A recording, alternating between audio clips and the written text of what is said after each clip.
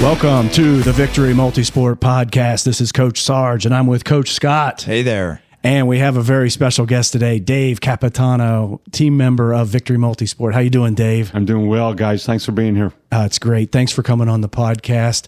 We're down one of our normal hosts. He's on a vacation in Puerto Rico right now, so but he sends his well wishes for the podcast, and he knows that the story is going to be fantastic with you today, Dave. Well, I appreciate that. Yeah, I'm looking forward to the conversation. Really excited about it. A little bit nervous as well, but expect it, right? That's great. Some butterflies are always great. That's That right. means you're going to do a great job because you care. So that's awesome. So before we get into Dave's story, because it's a very inspiring, very detailed journey that he's been on so far that is still being written, and he's continuing to train every day. And if any of you do follow him on social, you know his story pretty well, but we wanted to bring him on the podcast and be able to have him tell it in his own words and put a little more life towards it. So we're going to come back to Dave, though, because we have a five-time full 140.6 Ironman in our midst of Coach Scott, who just finished Ironman Arizona a couple weekends ago. So we really, really wanted to be able to unpack a little bit of that journey and what went on out in Arizona recently. Yeah, it was a lot of fun. It hurt.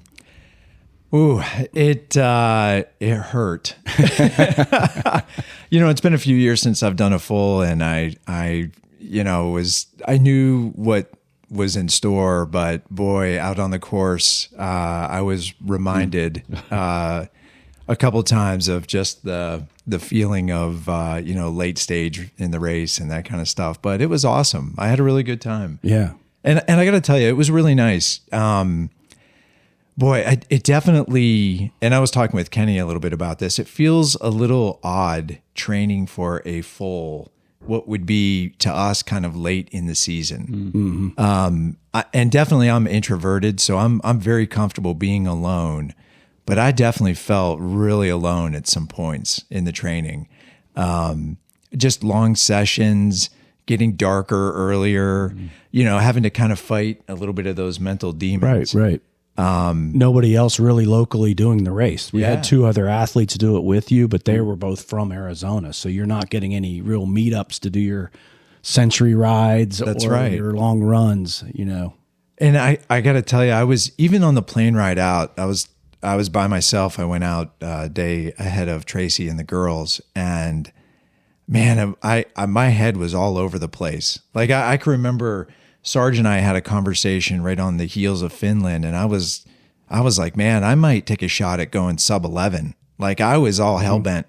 And then like literally 2 days, I think before I flew out to Arizona, I said to Tracy, man, I don't know if I'm going to break 13. I just didn't really know. Like I felt like, again, like a lot of time had passed and just my head was kind of bouncing around a little bit, and was headed out there and just felt kind of weird mentally. And Emily Melton, to her credit, had sent me a note like the week before, and she was like, hey, I'll pick you up at the airport. And Emily lives in Utah, so it's like a 5-hour drive. And I was like, you don't need to, I appreciate it. It's real nice, but I can get a ride. And she was like, no, I insist. I'll be there. I want to be there, and we can go register together and we can do all this. And I was like, oh dude, that is awesome. Yeah. And so literally as we landed, I grabbed my bike, and she was right there, like ready to go, loaded the bike, went and registered, totally put me at ease. And then shortly thereafter, we connected with Tandy and had like a really nice dinner and stuff. And it was just, all of a sudden I felt like, okay, wait, the team is together. I'm not quote unquote alone. Like it just felt so good. And then, stack on top of that, Emily's mom came out for the race, and we hit it off with her. So that was really nice. The morning of the race, Har came down, and sorry, I a little emotional there for a sec. Har came down, like sent me a note the night before, like I'm coming, and just, got up he had to get up at like 2 or 3 in the morning to make the drive, comes down, watches the start of the swim, and then goes home. Like he had to go home for something. It was just so nice. Yeah, it was really nice. But he wasn't going to miss it. He wasn't going to pass that opportunity to see the team. We were there for him last year. And I think he appreciated that so much. So Dave, let's have you get a little take on this. A little bit into the self-doubt prior to a race kind of mentality. Does that ever creep in? So first of all, guys, I'm humbled to be here, right? To hear your stories, and even the team, everyone that I watch is just extremely humbling. So I appreciate that.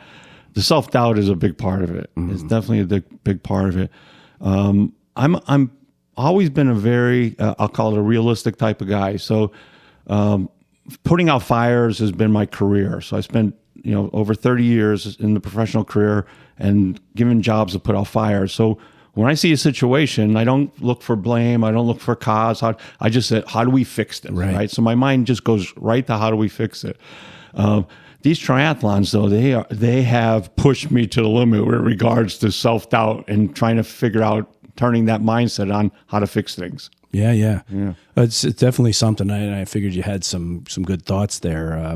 I also call it the fear of failure. That's how I kind of frame it in my mind. I'm always motivated by the fear of not finishing or not making it, especially in a completely unknown situation. I get more confident as I get more experience, of course. So, but an old adage is, none of them are easy. You just go faster on the flat courses, and they all hurt the same. They all hurt the same. So if you're really working, you're putting in that. You're in the pain cave the whole time. But that's part of it. That's what we sign up for. That's the mental toughness. But it's interesting.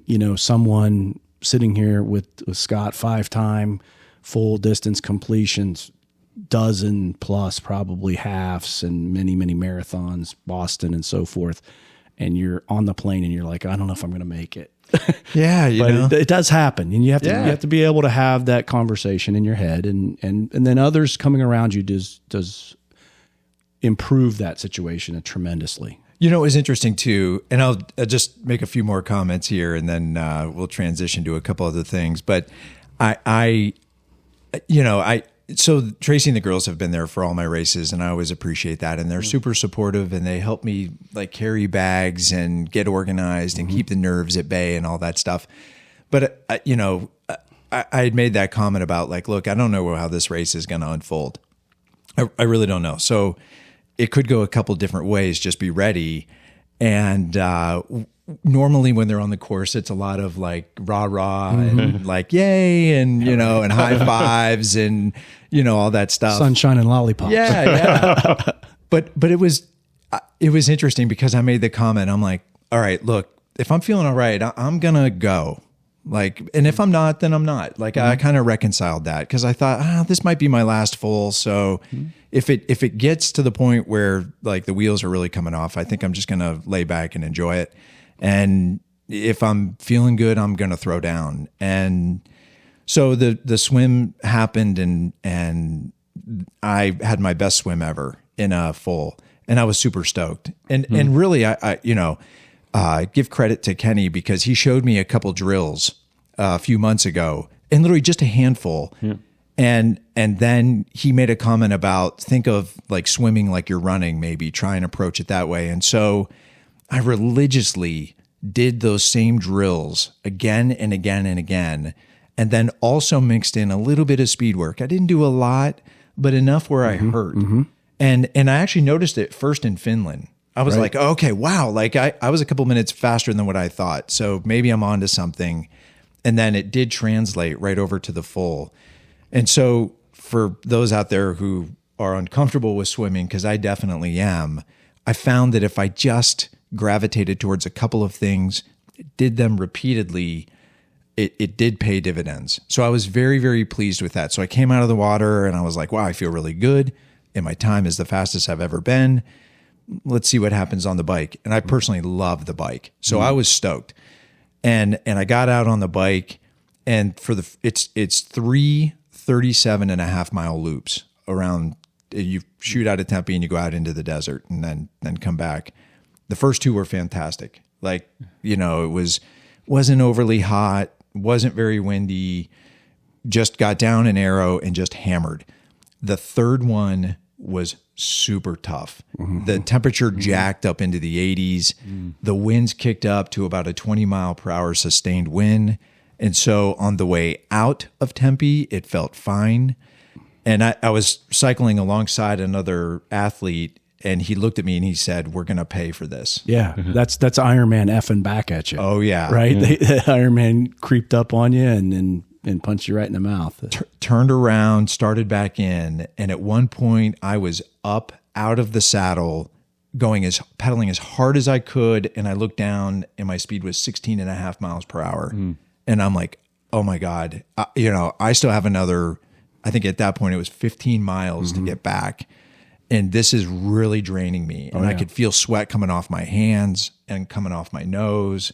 And for me, those are red flags of it's super hot. You know, this could get a little tough. And that's the point in almost every race with many athletes on a full distance where you're like, just get me off this bike, but you still have 15 miles. So you're still in that almost an hour, depending on the course, depending on what hills you have left. You're like another hour. It's like, but you do it. Yeah. And you did it. Absolutely. And my bike split was the fastest I've ever had. Yep. So at that point I was like, oh boy, I'm feeling all right. But one of the things I do tactically is I have a tri watch and I look at the individual segments, but I don't let the clock run on the entire race, because I always feel like if I do that, I'm going to start trying to race more for time and not race on like feel and excitement and play into the emotional side, which I do love to tap in that like competitive atmosphere. Right. So but I started doing the math in my head and I was like, wow, yeah, like I think I'm doing pretty well.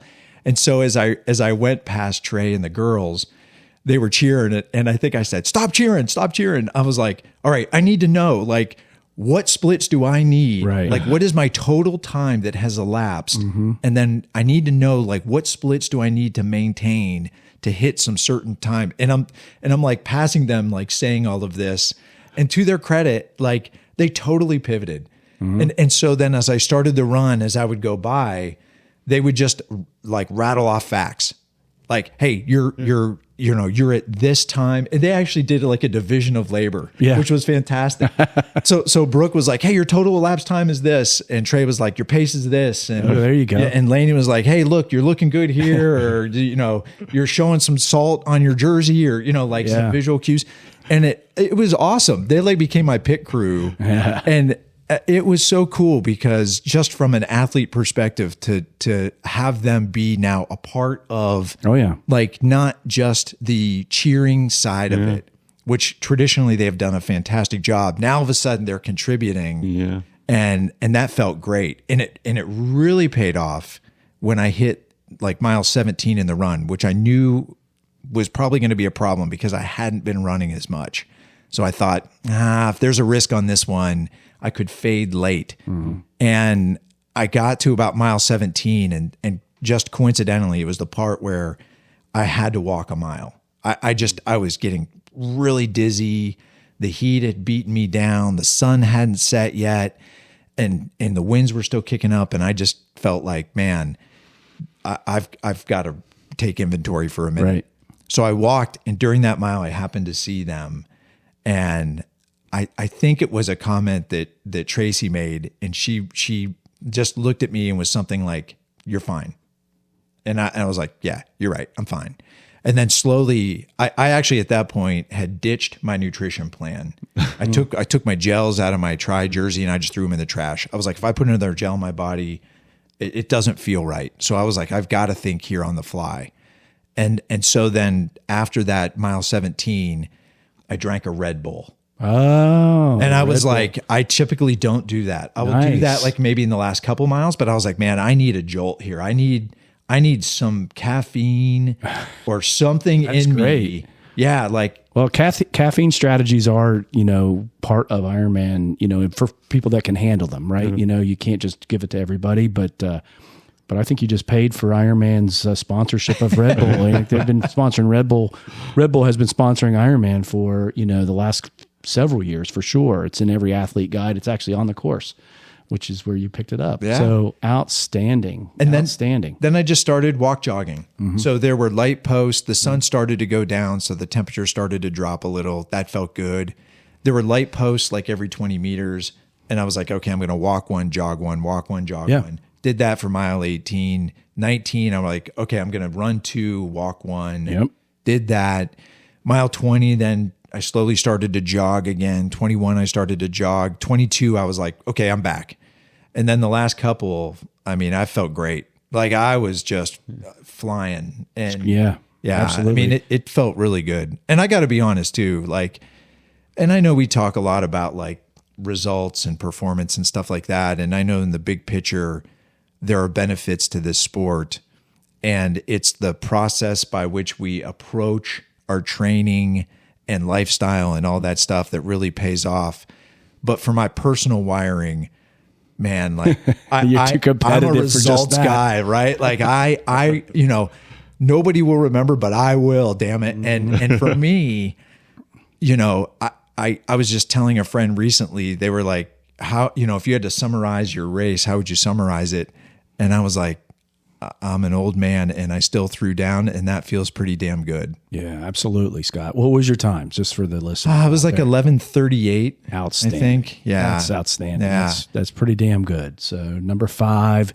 It was fun. And just the way it all came together, I think, is a great story. And I'm glad the team was there. I'm glad your family was there to help you through it. We won't talk too much about the metrics they were feeding you, because that might be a little bit of a violation of the Ironman rules. But we've done that before. One other final thought with this. Yeah. Probably one of the most rewarding parts, though, of the entire weekend was the next morning we went to the roll down ceremony, and we knew that Tandy had finished 8th in her age group. So she was very, very tight, right, to those top spots. That's right. And it was nice, too, because I actually saw her on the course and during the run, and we communicated and just cheered each other on. And at one point, she saw me walking and kind of gave me a shot, like, hey, let's go. And I needed that. Yep. But went the next morning, and it was so much fun being a part of, listening to Ironman announce how many spots they were going to award for the different age groups. And then we all, between Emily and Tandy and myself, we had immediately started thinking, okay, what's the probability trying of to do her the calculus landing one? of it, right? Okay, who was here when they handed out the top 5 awards? We think somebody was missing. They're going to go 7 deep. We think that's going to roll to Tandy. We were getting trying super to recognize excited. people. Yeah. And ultimately she did get one, which is fantastic. Trying to pull a Mike Tanza, hey, I think the ceremony's at the other side of town. You better take off now. Trying to eliminate your competition, right? So it's really good. She accepted the spot to Nice, which is super exciting, very well deserved. And she, being there with her, she sincerely appreciated the moment, the opportunity.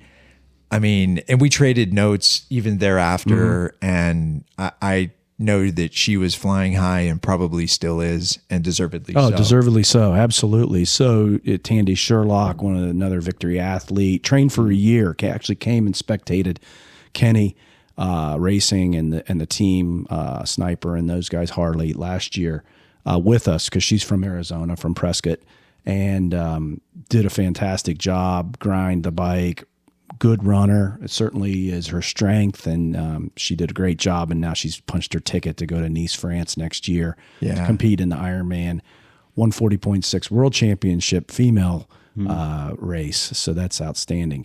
I did want to double back with Dave, though, because he kind of lit up a little bit when you talked about caffeine. I wanted to ask him if he's a caffeine guy. I'm not a caffeine guy, and when I had some trouble with the caffeine. I over-caffeinated for my 70.3, and Okay. I paid the price. So Okay, yeah, okay. that was dangerous. So a you've dangerous dabbled, tactic. in the caffeine, Yeah, it in was the not in the dark not the arts right, of caffeine. Not the good thing for me. Yeah. No. So definitely for listeners out there, athletes out there, caffeine strategies are like any other nutritional or training strategy. You have to experiment to some degree in training. You have to train how you will race and consume your nutrition, including caffeine, as you would race, so that you don't get surprised and have, GI issues or other concerns while you're out there on the course. So I just saw your eyes light up when he mentioned the Red Bull. It did me in. It did me in. If we get there, we'll touch on it. Yeah. Understood. But 30 plus grams of sugar and a Red Bull plus some caffeine gave Scott the fire to get wings. That's right. So outstanding. And Emily as well. Emily, unfortunately, did real well, placed very high in her age group as well, but missed her spot by one, I think, right? Because she was only right. 20 plus people in her age group. That's right. So they only had one spot for that age group female to go to Nice, or she would have also made it if she'd had a few more competitors that she could have. To her credit, I don't even think I was at the airport yet that afternoon, and I was getting text messages about, hey, what's a race next spring that I can target where I can Let's still get it. qualify? Outstanding. Yeah, and Like she'll that. do it. She's definitely, she's done 100-mile bikes. She's done her couple 70.3s, and she's on the train for sure. And she's performing. It's just that, sometimes in the roll downs, when you're not in with a deep field of competition, there's limited numbers of spots. And the way Ironman rolls down spots that are unclaimed, it has to be a female spot, probably had to be an older age group spot that would have given, and it just happened. And we had that happen to Annie as well in 70.3 in Muncie. She missed because her age group was so small, and it just happened. So those ladies are coming back with a vengeance to try to make sure that they get to their championship races whenever they need to. So, and we'll be there to support them and bring them along the journey. Yeah, really did appreciate everyone. Emily, Tandy, Harley, Emily's mom, my family. It was really nice. Yeah. Very, very nice. So Dave, it looked like when I mentioned swimming, you also lit up a little bit there. So first of all this, what I just heard, is beyond my comprehension, right? I can't relate to any of it, right? I'm taking it all in. What does this feel like? How do you explore it?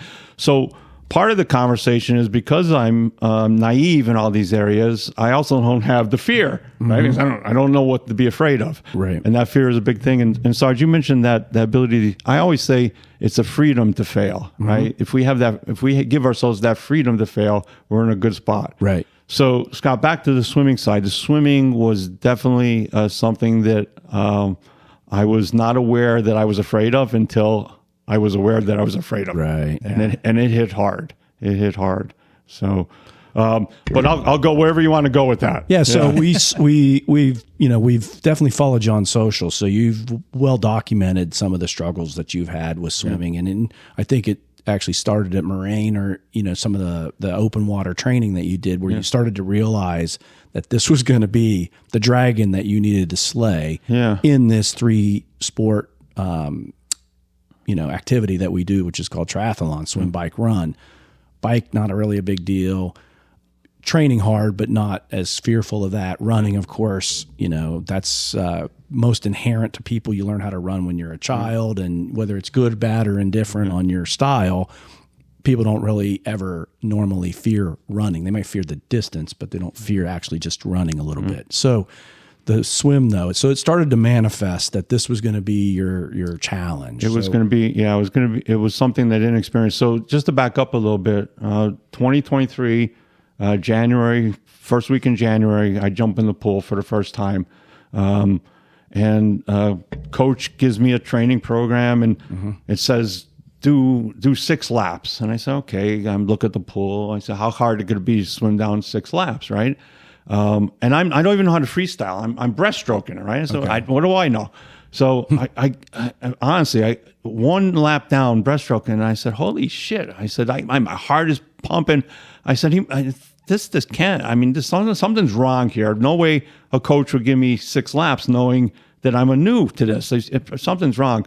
And I do my 6 laps and I'm exhausted. And I pull up the training program and it's not 6 laps. It's 6 laps 6 times, 36 laps. And it's like it's 5:30 in the morning, and I'm thinking maybe I should call the coach. That has to be wrong. Physically, there's no way he would make me do this. And I convinced myself that he's not wrong. I'm not wrong. Anyway, 2.5 hours later, I crawl out of that pool, and just about the pool's 5 minutes from my house. Just about able to drive home. Just really dazed and same thing, Scott. I said to myself, "This can't be a sport for me. I mean, this is not right. This is ridiculous." But anyway, so that's where it started. So fast forward, that was January. The Olympic in Moraine is in May. And now by that time, I felt comfortable. I'm getting in the pool. I'm learning. I'm doing freestyle. I'm getting there. A week before Moraine, they open it up for open water swims to experience right? So we meet up with the coach. And he says, "All right, Dave, just take your time, go in." And I said, "All right." I get in line and I'm walking towards the lake, and what do I know? I get into the water and I put my head down. And as soon as my head hits that water, I said, "Holy shit!" It was like every demon, every monster under my bed, every anxiety that I've ever had in life just popped into my head. And I don't even know how I swam 50 yards, if I even got 50 yards. Maybe it was 25 yards. And it was over. It was over.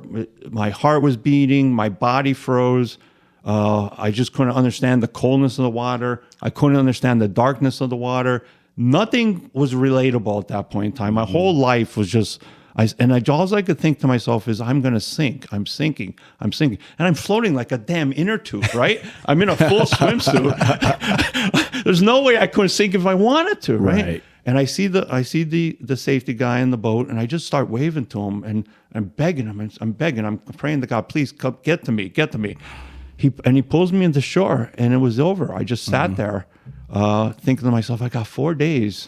I've been training for 6 months for this Olympic. I got 4 days to figure this out. Right. Yeah. So it's definitely something that many people relate to in the water, and especially going from a pool with a line on the bottom and blue or green water, that you can see through, to darkness, can't see the bottom, can't see a line, don't know where you're going, and all of that. But, more so, your hypothalamus, the primitive part of your brain, kicked in. That's what happened, right? As fear, strikes people, and you have no point of reference, then it goes back to instinct, which is built into that little tiny part of your brain that just releases chemicals, right? It's a little bit of science here, but it's very difficult to undo in the moment, right? But and then the only way to fix it is to keep coming back and to keep exposing yourself to it, to the point where your brain realizes and has history and says, well, we didn't die last time. Yes. I'm not going to overreact this time. Right. And the more you continue to repeat that cycle, it reduces that chemical dump. It reduces that primitive brain kicking in, because your more conscious modern parts of your brain kick in and say, no, we've been here before. We didn't die. We have a full wetsuit on. We have a buoy behind us that we can hold on to. There's a guy in a boat that's only 10 yards away. I can make it 10, whatever. So that's good. But man, oh man, 4 days. Four days. 4 days, and you got to do a 750 meter swim, right? So 4 days to get the Olympics. So Olympics, so you're going to do 1,500. 1,500. So something, all that, Sarge, makes sense, right? So I go back on, and I'm embracing social media. I'm talking about this, and all of a sudden, my phone starts going off. People are watching this, and now I'm on the team right now, but I'm not really connected with the team, right? I haven't met you yet. Your son-in-law introduced us via text, and we got you signed up, but we didn't really know you. Right. You didn't know us. You just you went on his recommendation that these guys are pretty good at what they do. Exactly. But you still didn't really you weren't feeling it. So more I get two schools of thought on this, right? There's one people reaching out to me and say, Dave, you got to explore this. There's some childhood drama there. You You got to go talk to your therapist. You go back in the water. This is not good. And then I get the other side that says you got to go back in that water, right? Yep. And my mind goes to, oh yeah, you're right. That other person's crazy, right? I got to go back in the water. Yeah, a little Ricky Bobby, right? You got to learn to drive with the cougar in the car, right? The fear of the cougar going to get you. So the next day, I go back in the water. I swim along the shore. I put my face in the water. I just sit there, and it got 4 days of really trying to figure it out. So day of the race, coach says just hang back and do whatever you can. So I finished that Olympic, but it was grueling because all my emotional energy just said get out of the water, and I go off, and I literally, I don't know, 5-10 minutes into it, I'm being passed by the next race. The women start, they're passing me. I was literally the third to last person out of the water. And I just got out of the water, and I was like, holy shit, I'm out. Now what, right? So, because all I was worried about you hadn't getting out got of the water. past that in your mind, right? All I was worried about getting out of the water. We finished that race, but totally mentally exhausted, physically exhausted. And then I did a check again. I said, this is not for you, Dave. This dream of doing an Ironman someday. And again, there's a lot of history with my son-in-law, wanting to explore it and how I got involved. But that self-doubt kicked in right there. So this is ridiculous. Go back to what you know you could do and put this one behind you. So that first Olympic was not a pleasant experience. No, right. And I don't know that many people's first ever try, especially an open water, dark water swim try is ever pleasant. No. But you get through it, and you got through that one, and so forth. So, so all this time, we you didn't know us, we didn't know you. We were there for that race. We tried to support you best we could, but we really didn't know the details of what made Dave Capps. And I didn't know what it meant to be on a team. Yeah. So we still work with you and bring you along and go to the next setup, which, we're going to fast forward. There might have been other races in there, but you're signed up for Muscle Man. So 70.3 up in Geneva, New York. Yeah. So that's in June of that same year. Yeah. Right? And you're coming right out of May into June. You've got another 2 weeks to prep for that. So, physically strong. I mean, you've been in the gym just by knowing you and watching you. You hit the gym, you lift the weights. You have a physique, and you're not out of shape. But this is really I think the theme of today's podcast with you is it's all in your head. So there's a mental game. You had to get through many, many different brick walls and break through some things in your head. So we're doing the best we can with you, right? And we're actually praying, right? We are literally physically praying for Dave in Geneva, New York. We put a graphic together for you to pump you up and made you a superstar for 15 seconds on social media. And you're there with Katie, one of our other athletes, and her first 70.3. And my son-in-law was in this and one. Matt was in that too, right? So Matt's up there, and he had done Ohio before, so he's not totally new. He's done it before, so he's trying to help, I'm sure. Yeah. Absolutely. Matt's a good guy. So walk us into the arena, if you will, that you're about to go do battle. Yeah, so I'm stepping back already. I'm already getting nervous, right? Talking about it. So go back to I get out of the Olympic, and I called the coach, and I said, I don't know. This was grueling. This shouldn't have been that hard. I was doing these miles and training easy. It shouldn't have been this bad. He talks me down. He actually says, Dave, I'll talk to you in a week. He says, just you're too emotional right now. He calls me. He talks me down. I said, Coach, I don't know if I could do a 70.3. He said, look, if do nothing else, go experience it, right? Mm-hmm. Because we were already signed up for it. Yeah. Right? Because my son-in-law was doing it, Matt was doing it. But that self-doubt was just in the back of my head, right? Mm-hmm. So the good thing about it, my son-in-law walks me through the process, all these people, all this rules, checking the bike and everything. Everything's new to me, right? Don't know anything. And the morning of we get in line, I said, what do I do? He says, well, you got to line up where you think you're going to finish with these. I don't even know what to do. Times, right? And I said, well, I better go back to the end because I'm not a fast swimmer. I'll stand at the end. And Matt looks at me and he feels bad for me, right? He says, Dave, he said, I need to go up there. I said, Matt, you go run your race. I said, don't worry about me. You go do your race. And I'm sitting there. So I'm at the end of the line. It's a good 45 minutes before I'm in the water. So what do I do for 45 minutes? Talk to myself. Right. It wasn't good. No, it was right. not good. It was not good. But that water was choppy, right? That water was choppy. So anyway, fast forward, I get to the point where I'm going to step in the water, right? And again, what do I know? Most times when I'm in practicing in the lake, I was walking out, getting comfortable. I get to the end of the pier and I take the step and boom, right under the water. I didn't realize I was already out. In over deep your water. head. Right. I shake it off and I start swimming, and it felt like forever, but I was lucky if I got 25 yards, and it just all came back to me. Olympic, that moraine came back to me. That first time came back to me. And I'm like, all right, what's going on? Someone hit me on the left. What's this? I turn around, there's a body floating here. I look over there, there's people grabbing onto things. And then I try to take a breath. There's a wave hits me. I said, holy shit. I said, another wave hits me. I said, and I'm telling you, this was like not even 30 yards into this race. Right. And it was disaster. It was disaster. And I said, look, just what you said, Sarge, calm myself down, talk myself out of it. Get to the next buoy. Just get to the buoy.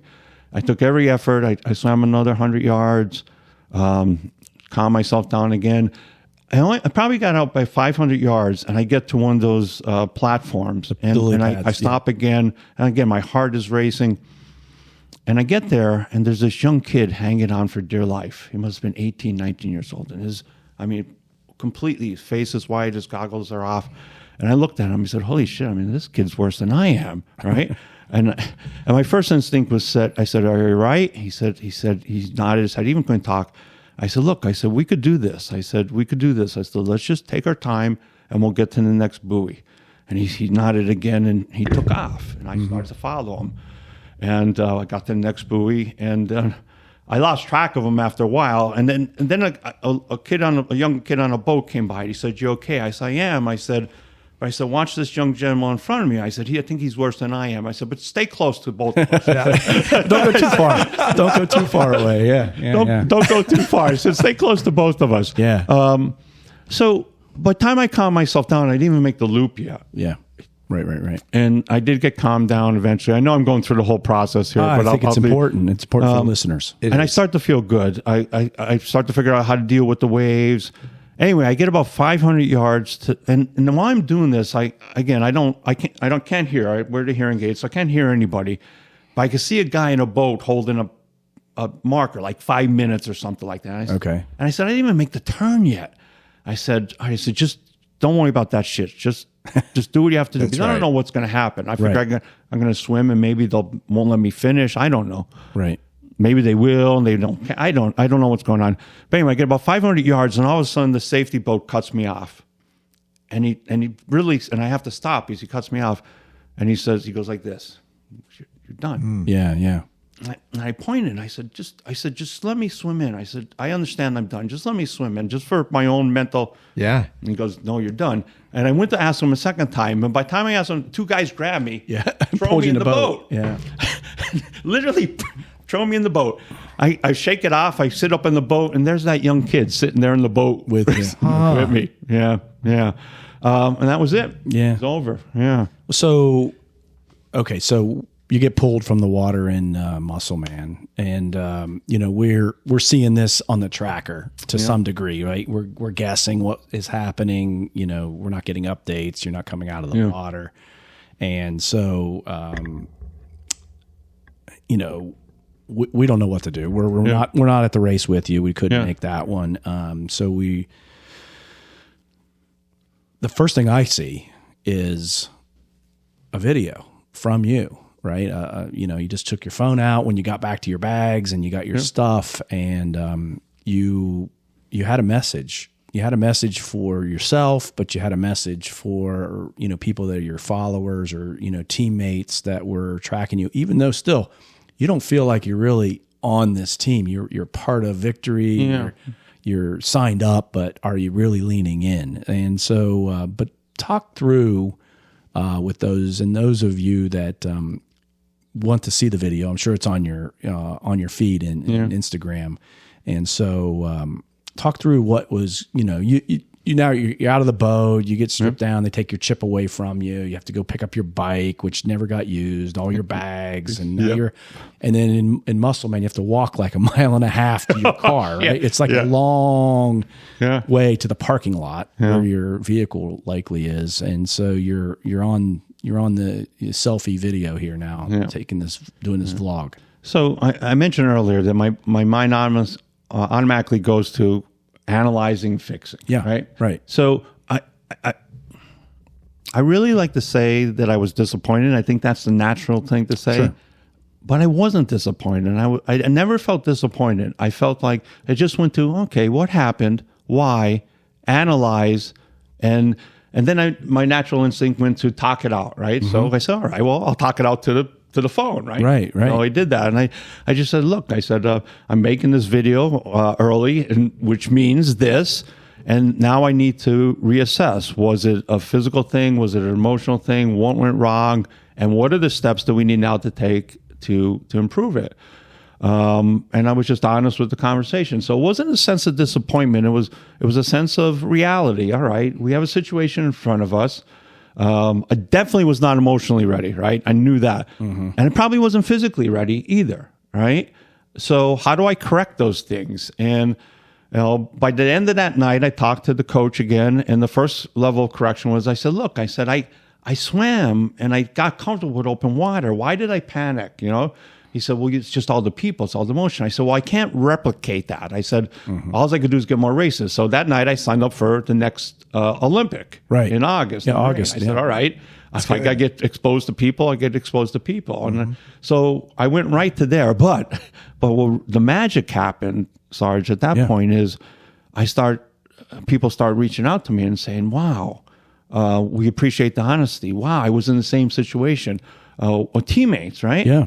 And I start to say, wait a minute, and I'm part of a team here, and I need to lean into that. You just said it before. I wasn't leaning in. Maybe that's part of my solution here, right? I have this game plan about training and getting involved, but there's a missing aspect, and that missing aspect was the team that allowed that extra little bit that's going to allow me to figure this out. Yeah. So, and understanding that you're not unique. Right, to this degree, right? When people have challenges and things they feel like may not be overcomeable, that's not really a word, but you know what I mean. Hearing that someone else is going through the same thing, even if you don't necessarily know them, or they're just coming along the journey with you in that space, helps an athlete, helps a person in any aspect. I have friends of mine, people that I've worked with that had, personal issues at home. They are completely unraveling until they find out that, other people had this same problem. Other people have problems with their spouse or their kids. And, the transparency that you provided in that moment, that rawness of, there was no fancy production. There was no tripod. There was no music track. It was just Dave. And it was Dave pretty, still scraped up from this situation he had just been in, this boat ride, this getting, physically manhandled out of the water. I think speaks volumes, not to you as a person for sure, but it helps so many people, hundreds of people, more people than even on our team. Because of how public you are with it. So I appreciate that. I know Coach Kenny appreciated it. And I know he got on the phone with you as soon as he possibly could and, gave his input on that. And we just, were first relieved that you were safe. I mean, I think that was our biggest thing was, when anytime we've seen a boat or a DNF in the water, we're always concerned. But we're glad you're back. So awesome. It's great, too, that you leaned right back into racing. Like you made the point, right? You're at a decision point. It's am I going to totally withdraw or am I going to double down and go after it? Yeah, and Scott, it's part of it is the training, part of it is everything, right? Elizabeth and I, my wife and I have 4 children. We have 3 grandchildren, and 4th one on the way, and all that is part of it, right? A career, 30 years as a professional services, everything was part of how do you want people to, especially the kids, right? I mentioned the kids because how do you want your kids to see you? How do you want them to think about things in life? And so, am I thrilled about doing the next one? No, but it's not where I want to leave people or myself thinking about it, right? I don't want. I need to figure out how to achieve this, and not because I want to say I'm an Iron Man, but I want to say that you said you're going to do something. Now, damn it, go do it, right? And just because it gets hard doesn't make it any different. It just makes it more fun. You know? Yeah. We do hard things on purpose. Yes. Right? Yes. To grow, to stretch ourselves, to be, to never be stagnant, right? Yeah. Because, you either get busy living or you get busy dying, and that's what we're all about. And this is just where we found our place. There's other people that climb mountains. There's other people that do other seemingly extreme things. But it's really, because of that mindset that we want more for not just ourselves, but our kids to see, our families to see, and that type of thing. And it has many, many benefits, as Coach Scott already mentioned, right? The lifestyle that you get into when we're here in this tri-world endurance sports, running, whatever it is, there's so many things. You become a better parent. We talked earlier before we even started recording about how our spouses, or at least Scott and I's, love it when we're training, not when we're stagnant, right? Because we get bearish, right? And not good to be around. So it helps in a lot of different ways. And, that's what's just so wonderful about having you on the cast today, is that the way you are transparent and raw in the moment, I think is very important for people. And we appreciate that, Dave. So, hey Dave, in the wake of that, what did you do to overcome some of that? Like where like personally within yourself, what did you tap and what did you figure out, like how to approach that? And the reason I ask that question is because so I always think about things as an athlete and as a coach, right? So as an athlete, I'm very much aligned with what I know I need to do in some of those spots, right? Like I know whatever demons I need to shake, or, whatever spaces I need to crawl into mentally, like I get it. As a coach, when you're working with athletes, it becomes a little more difficult, right? Because now you don't exactly know if this person is aligned with your personal way of approaching things. Yeah. And so you're attempting to try and figure out that puzzle. Like, how do you unlock that mental side of it to be able to accomplish the physical activity, which you mentioned earlier? You're strong, right? We know you can do that. So now, what process did you go through, and where did you land, and then what was the result of that? Yeah. So, for me, it was going back in my own personal history, right? So, I think, Scott, I heard you mention, I'm a very introverted person. I don't like being in front of people. I feel very uncomfortable with people. And early on, that was my personality. But I knew early on that was going to get me through life, right? Hiding in the corner was not going to get me through life. So I went out of my comfort zone really early on in life, trying to explore how to figure out how to do things that I was uncomfortable doing, right? And it paid off my whole career. It paid off in everything that I've done. So in this moment, I start to go back and investigate those situations that I said to myself, all right, you did that, right? So I start to build that self-confidence up. Instead of sitting in that line for 45 minutes questioning whether I could do it, I start coming up with a different voice in my head with regards to the process. That was part of it. That was just me getting settled. The second part was really leaning into the team. So exploring, coach, what do we need to do different, right? How do we need to approach this?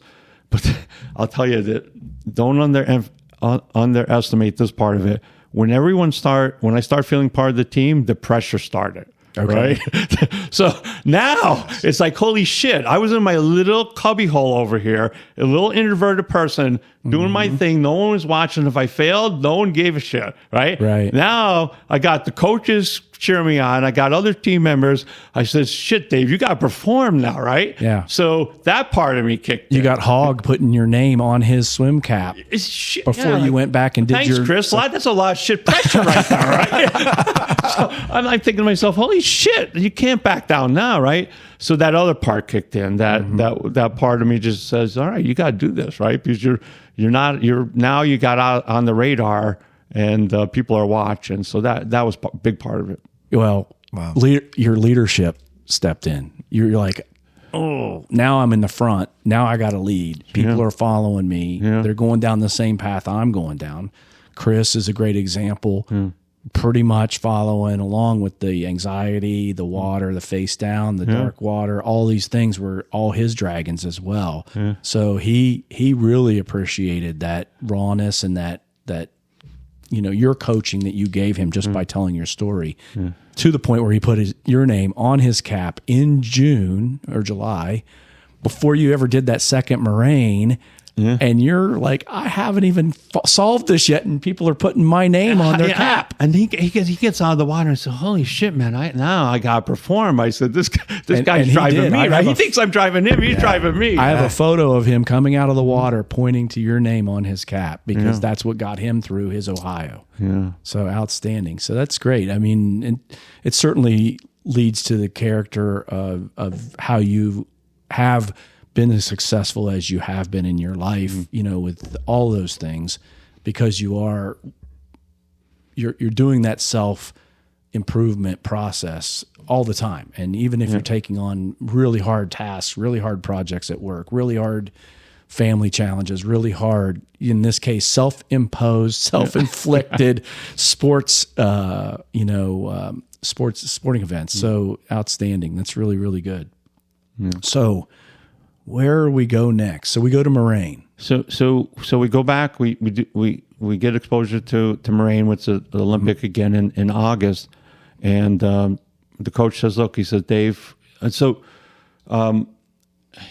in between Musselman and Moraine, I started swimming. All my swims were open water. Right. So I went right to the lake every morning. Never went back to the pool after July.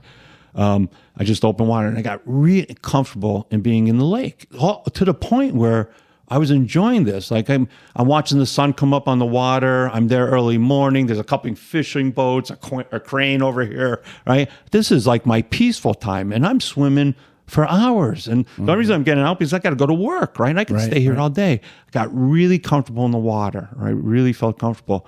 So the coach says, "Look, Dave," he says, think about hanging back and just say. I said, well, Coach, I said, that wasn't really this was the experiment being right in the middle of people. I said, I know I could swim in the open water. Now I got to swim with people kicking me. Right. I said, so I'm going off and I'm just going to jump in the bunch and I'm going to start swimming. And I got out of that water. It wasn't fast, but I got out of the water and you guys were there cheering me on. I said, this is great. Anyway, I finished that and I felt really strong, right? Not the first one, I felt horrible. Right. I felt really strong. And I said to myself, all right, you could go back and do the 70-30. That Olympic, being connected with the team, that whole experience got me to Atlantic City. Yeah. Dave, you're hitting on a ton of topics there that are important. I mean, boy, if you think about all of that stuff, right? So you go through the challenges of the first races, you go through the failures, you then recollect yourself, you pivot. You're intelligent enough to understand whatever I was trying before didn't work. I have to mix it up. And then the willingness to be able to approach it differently, right? Like now you're just in open water. You're like, okay, this is what I'm going to try. And there's no guarantee that that's going to work, right? But I think that's an important message for athletes out there. And not to go off on broader spaces, but that is true of a lot of things, right? Like if you have a goal in mind and you attempt to achieve that goal and you're pursuing it based on a path that you're on and it doesn't work, you have to realize, like, look, I don't want to sacrifice the goal. I just need to figure out another way to get from point A to point B and then be willing to give it a shot. And just 100% of the time, like lots of conversations as a coach, as a fellow athlete, of just helping friends and neighbors and people we know. It's not a straight line. It's never, you take a piece of paper and you write all these things down. It's a long list. It's a straight list. Yeah. Nothing really in life as human beings is a straight line. There's dips and turns and ups and downs and lefts and rights and over, under, through, around, problems and challenges. And even to your credit again, Dave, just showing up every morning by yourself, like literally by yourself, just to go swim in a lake, like not necessarily the safest operation, but I'm glad you had the tow buoy with you, to hold on to, but staying close to shore. I'm sure you were, I didn't go far from shore. Intelligent about it, but it was what you needed to do. If you would have talked yourself out like, oh, it's not safe, I shouldn't do that, and you swam in the pool that whole time, we'd still be kind of wondering if you were going to make it one of these days. So I think it was awesome that you didn't let things hold you back. Well, Sarge, that's an interesting point, because when I started in the open water in the lake, I swam back and forth through a patch of water that I felt comfortable with, right? I knew where I was. I knew there was nothing in there. And then one day I said, well, Dave, this is getting boring just doing 100 yards. It's like you're in a pool. I said, what if you swim a little further? And I did that one day. And then I said, well, if you swim, and I can still remember at points where there'd be, and the lake was buoyed off for the boat. So I said, what if you could get to that next buoy? And I'd be swimming out there and just trying to force myself to think a little bit differently and build that muscle memory and that confidence up in me. So did it pay off? Maybe it did. Maybe it didn't, right? Maybe it's still there and I just need to deal with it. But it got me to Atlantic City. It did. Now, a couple of things. I did reach Ironman 70.3 Atlantic City. Yeah, that's what we're talking about. Yeah. Okay. And it got me there, and I was alone at that point. And I wanted it that way. So my wife couldn't make the trip, and I just thought I need. Some of us didn't even know you were going there till the day of. It's like, what the hell is? Okay. It was. I guess I'll get the tracker going for Dave. I needed to really get my head and get my space. I said, I don't want a fanfare here. You went here. like ninja on that one. Like you went dark and you like. Dave, I got to tell you, I can totally relate to that. Yeah. Like I often just want to, like on my own, kind of go off and do something, and it's a combination of a number of different things, and I can relate to you on the introvert. Very introverted. Yeah. I don't like the buildup sometimes. Yeah. I have failed in the past, so I don't necessarily want to put my failures on a stage, right? Like I'm there. It's to me, it does make me smile to know that you went off and did the Atlantic City and you kind of kept it on the down low, because that is right in line with something that I would do. I'd sign up for a race and I would just kind of show up and give it a shot and see how it goes. Yeah, I need to get in my head and I need to get focused, and I did that. Now, that went well, right? The spoiler alert, it went well in that I finished, but it didn't go well with regards to how I finished, and I'll talk a little bit about that. But the first thing I want to talk about is just the learning experience, again, the unknown. Yeah. So it was Atlantic City in September, right? And so they go swimsuit optional, right? Yep. And my son-in-law told me a little bit about this. Wetsuit optional based on the temperature. Yeah, but based on right. So and I don't know what that means, right? So they say swimsuit optional, right? And I'm bare myself, and I got the experience. So I kind of feel comfortable in the staging area, but people start ripping off their swimsuits, and I'm like, well, you got one chance, Dave, and it's not without a swimsuit. The only way you're going to make this swim is you got this safety net on you. And I'm a full swimsuit, right?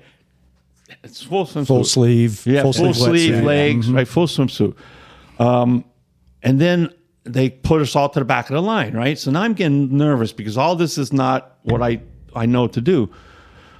And then there's a bunch of us, maybe 40 of us left in swimsuits, and we're all scared. You can see the looks on our faces, right? And one of the assistants come over, the guys, and he says, "Look," he said, "I'm going to tell you right now, you are going to die in those swimsuits, right? Your heart rate's going to go." And he starts talking us out of these swimsuits. And now people are ripping their swimsuits off. And then we're down to like 10 of us, right? And I could see none of them wanted to take their swimsuits off, but they did. And I said to myself again, I said, Dave, there's only one chance you're getting out of that water, and that's with this swimsuit. So that was a nerve-wracking part of it. But we got out of the water. We got out of the water. You now, did. I'll tell you the funny that's part. great. So I'm watching my watch, right? And I get out of the water. Obviously it felt like forever, but I look at my watch and it says something like 54, right? I said, no way. I said, there's no way it took me an hour and 54 minutes to do that. I said, I know I was faster than that. I said, and they're not stopping me. So something, and while I'm in the water, the boat, I could see the boats coming. I said, they'll not pull me in those boats. And I would swim away from the boat. I said, they're not going to get me in that boat again, right? And I was actually dodging boats because I was afraid they're going to grab me again. And I look at 54. I said, shit. I said, there's no way I was that slow. But I said, they're not stopping you. And coach said, if they don't stop you, just keep going. Right. So I ran through. And then it's look, it says, I did that under an hour. And like for you guys, like for me, like under an hour, and I was like, holy shit. That's great. But then it was like, all right, now what, right? Because the rest of the race, I didn't know what the hell to do, right? I just want to get out of the water. The plan ended at that point, right? Yeah, I was like, holy shit, I still got to do something here. Yeah, just amazing. I don't want to gloss over the accomplishment to be able to just sneak off and ninja that race into the schedule and really not tell a lot of people about it. To do it, we still caught on that you were there, so we got you on the tracker and we were watching. So, and the personal achievement felt pretty good, didn't it? It felt really good to get out of that water. All those mornings paid off. Yeah. All of that effort paid off. The willingness to get out of your comfort zone and go to the extra buoy. Yeah. And the individual thinking to keep the wetsuit on because you knew that that's what you wanted to do. I did not want to get into that. I had to stick to my game plan. Not to underplay the safety piece again, Dave. Yeah. But the ride or die mentality of I'm wearing this wetsuit and I'm making this happen, and I'll just deal with whatever, if that causes a different problem, I'll deal with that different problem and at that time. It did at that time, but not now. Yeah. Not now. I'm going to go do this. And if I'm dehydrated and I can't finish the bike, then I've still won in a different way, That's at right. a different day, at a different set of accomplishments that I'm trying to tick off here. But so you did have some adversity from it, but you didn't. It didn't stop you totally. Right. If I didn't get out of the water, I was never going to experience the rest of it. Right. So I had to get out of the water, but it definitely took its toll. And the bike went really well. Right. But I don't have a nutritional plan, right? I'm winging all this. Coach was great. Don't get me wrong. Coach he prepped me. We try. That all went out the window, right? Yeah. So I'm not hydrating well. I'm not drinking. I'm over caffeinating because I thought I would just go to crap. I don't want the gels in my stomach. Nothing felt right. But the bike went really well. Now it's all flat. Atlantic City, I get that, right? And we even had a downpour at one point. We couldn't even see. It was just drenched. But I still just a little over 3 hours. I felt really happy with the ride, right? I just felt really strong with it. Mile 8 of the run, I really got nervous. It wasn't. I ran the miles before. I know what it felt to be tired. I just wasn't tired. This was Dave. Don't be stupid. You could have a heart attack right now. Yeah. Right? The caffeine was kicking in. Everything was wrong. I was getting dizzy, and to the point where I was swaying, and that drive that wanted to finish without stopping was put aside by my reality that you're a 58-year-old man trying to do something different. You could easily screw this up right now. And I got scared. I really got scared. Physically got scared, and I started walking at that point. Yeah. Which is allowed. So you're not DNFing. You're still under the limits. You're making it happen. So, but definitely after you analyze how you got to that place, there was a lot of factors. And so, but it's great you recognized it, and finally your safety mindset kicked in, and you didn't take that risk. Yeah. So we did it smart, but I walked away same thing. It took me 2 days to recover, all that good stuff. But I said to myself, I said, "Shit, that's a lot of good stuff you can improve, right? Better nutrition, better that." So I went back to the coach, and we started talking about it, and we went out and we got the VO2 test done. And I said, let's start applying the science to this. I said, we applied the brute mentality to it. Let's start getting smart and figure out another year doing things smarter. Yeah. But it's really good. So you completed Ironman 70.3. Yeah. So you got a half under your belt at this point. So outstanding, Dave, and it's a really good story. So let's talk about that VO2. So now, okay, what's next on your calendar? Yeah. So we already signed up for Moraine in May, and we already signed up for Happy Valley in June, and then late June. Yeah. Then we'll do another Olympic in Moraine, and we'll try to get another 70.3. We'll do 4. Well, the goal is to do 4 of them in 2024. Okay. Yeah. So two halves and 2 70.3s and 2 Olympics. Two awesome. Olympics. Yeah. That's good. Yeah. Okay. The ultimate goal is to be able to do the full, but not. I say it this way: I don't want to do a full just to say I did it. I want to be in shape and do it, and say I was in good enough shape to actually do one, not the other way around. Right. I don't want to finish again like I did with that Atlantic City. I don't want to cross that line feeling like I was going to die. Right. I want to be in shape. So I told the coach, you're going to earn your money. You got to get me in shape. So that's Coach Hayden, right? Coach Hayden. Coach so I'm holding him to it. He's going to make sure of that. There's no doubt the goal about is to that. get me in shape. Yeah. I will say this: at the end of the day, the fundamental principle of this sport, and this is true of a lot of stuff, but it's input output, right? Like the more you put in, the more you're going to get out. If you don't do the work, you're not going to get the reward. Yeah. And so I had to remind myself of that with that last full. And Dave, I got to tell you, like everything that you're touching on, those emotions will still rear their head. I mean, I'm seasoned in this sport, and I stood on the starting line of the swim in Arizona and looked to my right, which is the direction that we would go out. You go out, you hang a right, and you start swimming down the reservoir. I couldn't see the turn buoy. It was so far away. Yeah. And I had a moment where I was like, look, this is nothing more than a bunch of swimming pools strung together. 25 meters at a shot. Yeah. You got it. Yep. Same thing, right? Yeah. Same mental demon standing in line. It's not the activity that's the scary part. We prep for that, right? That's the training. That's the hay you're putting in the barn. It's that anxiety of waiting. Yeah. And it's the anxiety of not knowing what lies on the horizon, right? Like everything that you're talking about, all athletes share those same common fears, right? Like, is my nutrition going to hold up today? Am I going to get a flat? Am I going to cramp at some point? And at some point, you just have to take all of those demons and just put them to the side, lean into the training that you've done, the prep that you've done, and then just go out and enjoy it. And whatever happens, happens. Some days it aligns and it's all magical. And some days it is a total train wreck and you got to figure stuff out on the fly. But either way, what you've demonstrated is you can survive either one of those occurrences, right? Yeah. And you have the desire now to, you're in attack mode, right? Mm-hmm. Like you don't want to just complete a full Ironman. Yeah. You want to go out and throw down in one. Yeah. That is great. That mentality alone will help you. Yeah. It's a beautiful thing, Dave. So in the kind of the story arc of, fulls and Ironman as a lifestyle, you're still kind of in the freshman year, right? Of this, definitely right? in the freshman year. Yeah, you're just coming into this. So,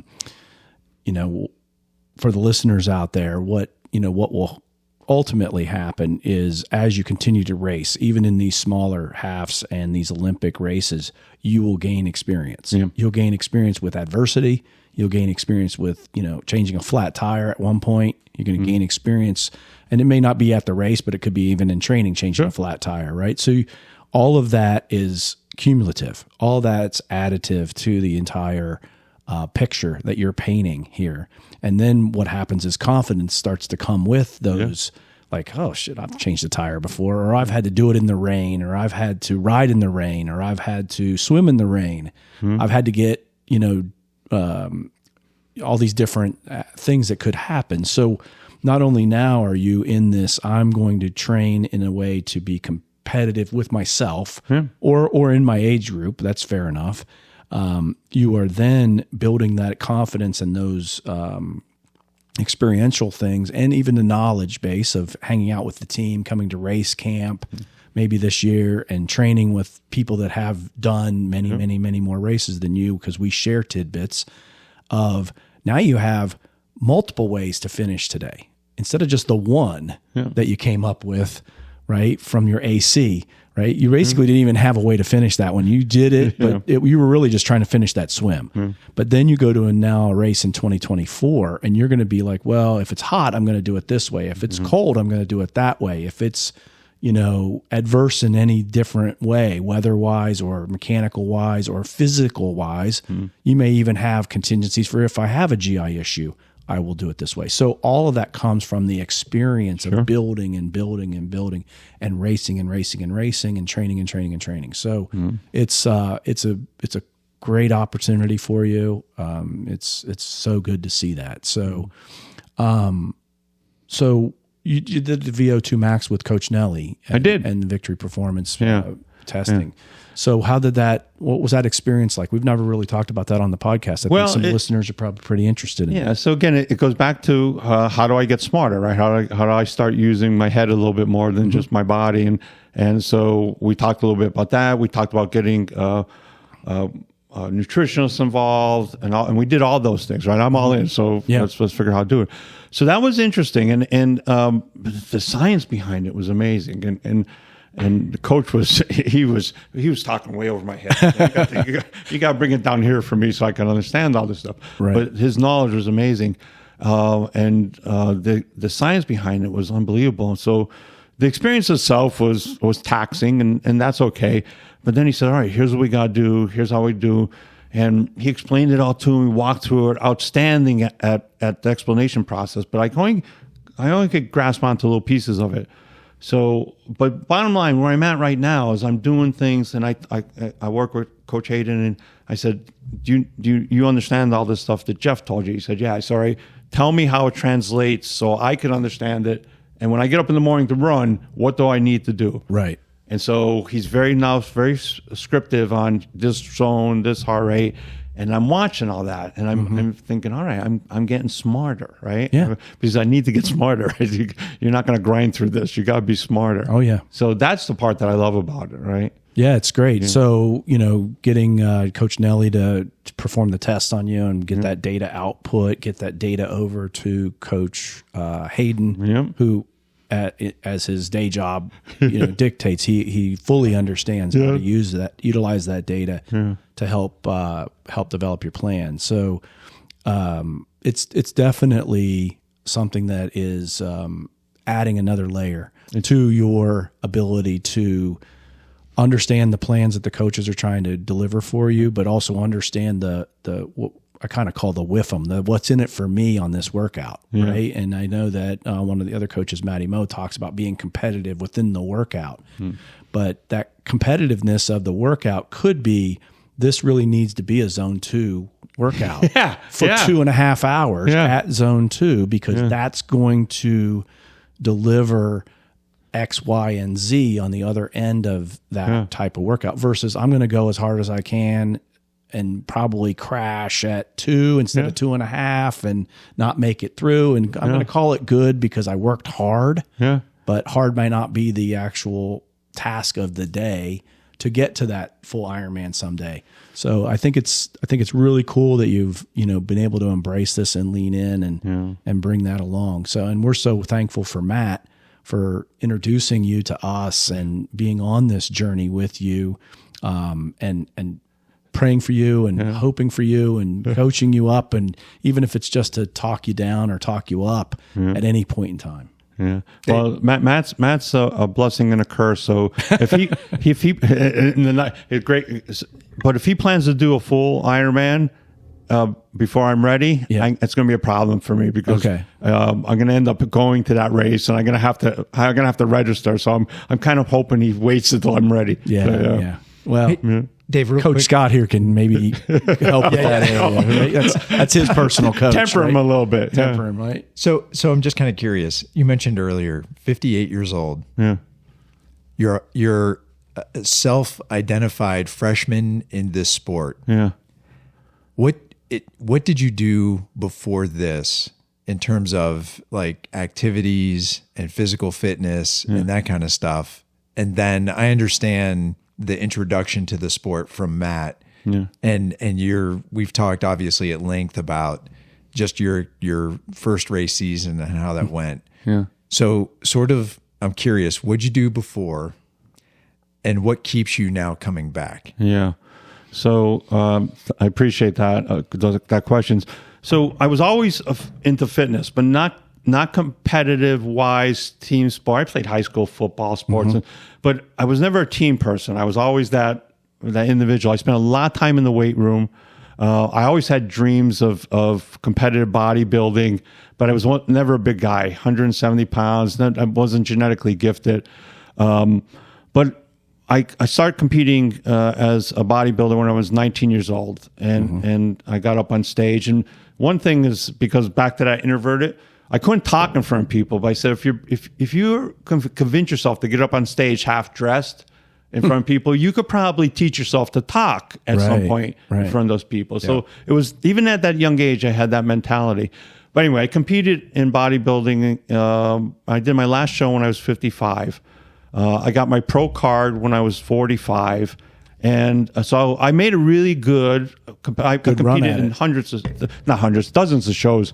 And I did really well, but I was never the big guy, but I could always get in really good shape. I would compete on stage like 145 pounds, just ripped down to bone. Mm-hmm. So I only say that because the mental side of starving yourself to the point where you're about to die takes a lot of mental strength. And that's what it was all about. It was the most unhealthiest thing you could do in your life, right? I screwed myself up big time. So I did my last shows when I was 55, and my wife couldn't stand it. It was not healthy. It was just a bad thing to do to my body, and she didn't like it at all. And I always had in the back of my head this dream of doing an Ironman, but I didn't own a bike, I didn't know how to swim, I didn't know that other stuff. And then my son-in-law went to that show with me, and he said, I'm going to get ready for an Ironman triathlon. And I said, maybe I'll do that with you. And my wife said, yeah, do something different. Do anything. Just do anything. Anything different. Because what you've been doing is not working right now, right? Not working right now. And that's how I got there. Yeah. And now what's the allure for you coming back? Like what's the attraction now to stick with it? So I went on two journeys at that age 55. I saw a different future for myself with regards to how I want to be more open to relationships, more open to my kids, my family. You two guys are very successful in your careers, and I like to believe I am as well. Yeah. But we sacrificed a lot of things to do that, right? And our families were a big part of that. I don't know about you guys, but I supported them, but I'm not sure I would do a lot of stuff on their own. That's right. I wanted to be a different person, right? So I went on different journeys in life, and if you have me back, we could talk about how I see journeys.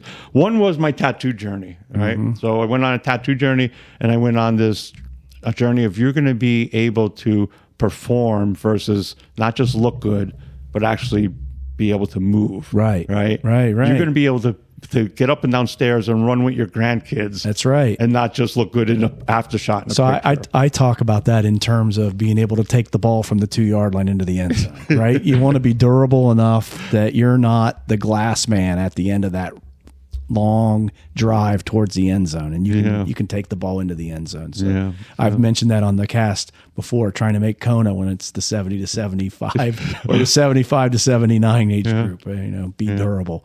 That's awesome. So I have this dream of what I want to do when I turn 60. I have this dream of what I want to do when I turn 70, and I just visualize it, and I start to write that journey. Start to write that story. So unique, because now, as you tell this story of your younger years and your personality, and quite frankly, all three of us are exactly the same in that. Yeah. We're introverted until we get excited about something, and then we get people around us that are like-minded, and we won't shut up, right? So you now professionally, without telling too many secrets, you speak to like hundreds, thousands of people in your profession to, educate them and to speak at conferences and things of that nature. Yeah. Don't you? And you would have 19, you were like, I can't even do that. Couldn't do it. Couldn't even do it. And right. But the sweet spot in life is where we find that thing that we find passionate about, and we can make a living doing it. That's right. Right. So I'm a certified public accountant. I'm an accountant by trade. I can't stand accounting. Right. That is is the worst thing you could ever do for a career. But for me it was right. I thought I could just sit in a room behind a computer, not talk to anybody. Right. Completely opposite. But what I did embrace in everything that I was passionate about, and I aligned it with the firm needed. And I was very successful doing that. Right. But I had to continue to have that growth mindset of what do I need to do to improve? How do I and be actionable about it? Put it down on paper. But if anybody is going to set a goal in life that doesn't align with their passions, you probably are going to be struggling, right? Yeah, long road to hoe. Yeah. Right. So we could all do really good by just figuring out. But fast forward, this is a really nice place for me right now in life, right? And finding you guys is part of that. Yeah, thank you for that. Yeah. So we appreciate it, and we're glad to have you around because, as we've said many times today, you're additive to the group. Your focus and your mentalities are, infectious, and they help. They're helping way more people than we could probably even count along this journey, along other journeys, because it's important. It's all of this happens to all of us, especially in Ironman and in triathlon or endurance sports. There's setbacks, there's obstacles, there's mental problems. So Dave, I think from Scott and I, and for Kenny, who could not be here with us, we really appreciate you coming in today, telling your story, being open and honest and raw to the team and to the listeners out there for our podcast. So thank you for that. Yeah, I appreciate being here. Keep sharing, please. Yeah, no, I'm not going anywhere. So yeah, you got a lot more to goals. Do. Outstanding. Thank you, guys. Thank you. Thanks. You've been listening to the Victory Multisport podcast. Follow us on Spotify or wherever you get your podcasts, and we'll talk to everybody very soon.